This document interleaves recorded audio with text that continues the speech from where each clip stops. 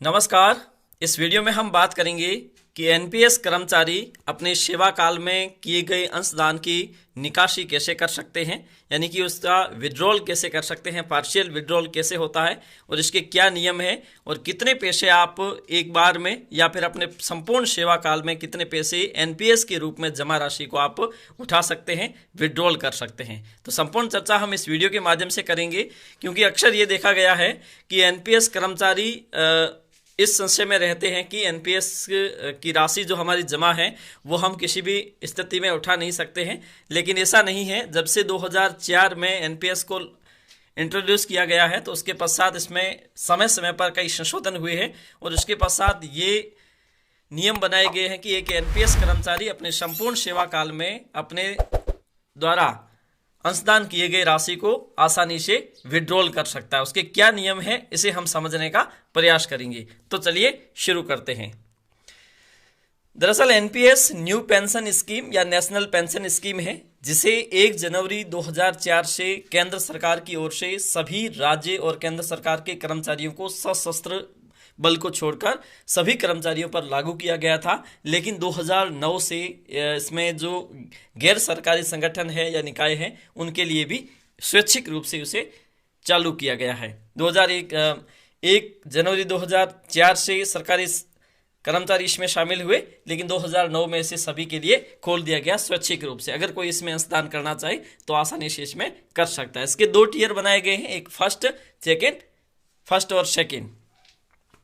और ये एनपीएस प्रणाली है, ये पूर्णतः शेयर बाजार पर आधारित है। आप आज जो पैसे जमा कर रहे हैं वो आप रिटायरमेंट के समय कितने होंगे इसकी कोई निश्चितता नहीं है, क्योंकि उस समय के शेयर बाजार के भाव जो होंगे उसी के अनुसार आपको उसका रिटर्न मिलेगा। वो निर्भर करेगा उस समय के शेयर बाजार के सिस्टम पर। तो ये पूर्णतः शेयर बाजार पर आधारित प्रणाली है।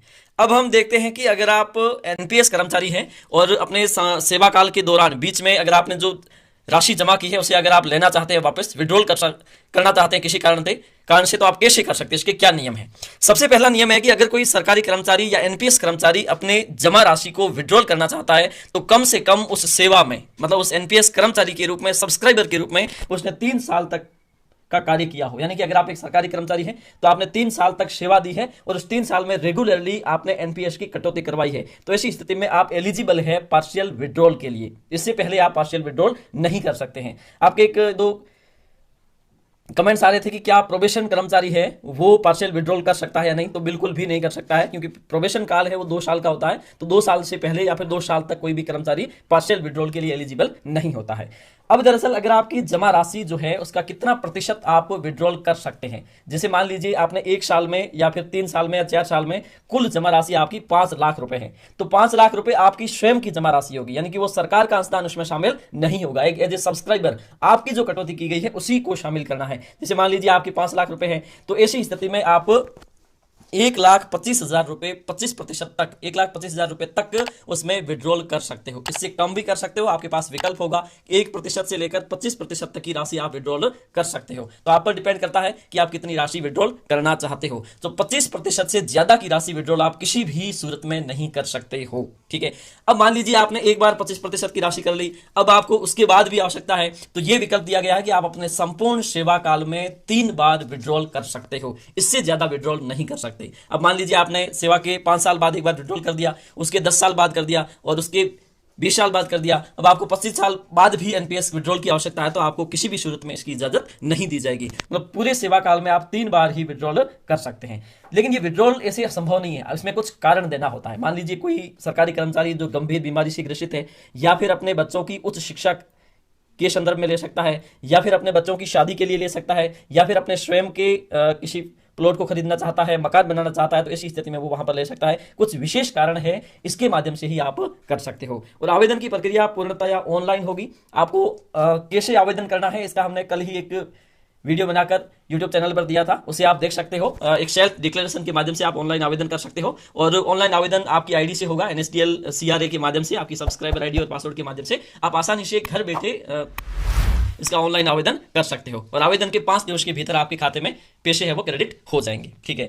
अब एक सवाल यह है कि जो एनपीएस राशि, मान लीजिए आपने किसी वित्त वर्ष में एनपीएस की कुछ राशि के, जैसे कि 1,25,000 रुपए मैंने ऊपर बताया था कि आप पैसे है वो विड्रॉल कर रहे हैं, तो ऐसी स्थिति में आपका क्या टैक्स बढ़ जाएगा। तो ये यहाँ पर ये देखा गया है कि टैक्स की जो सुविधा है या फिर यानी कि टैक्स फ्री रखा गया है।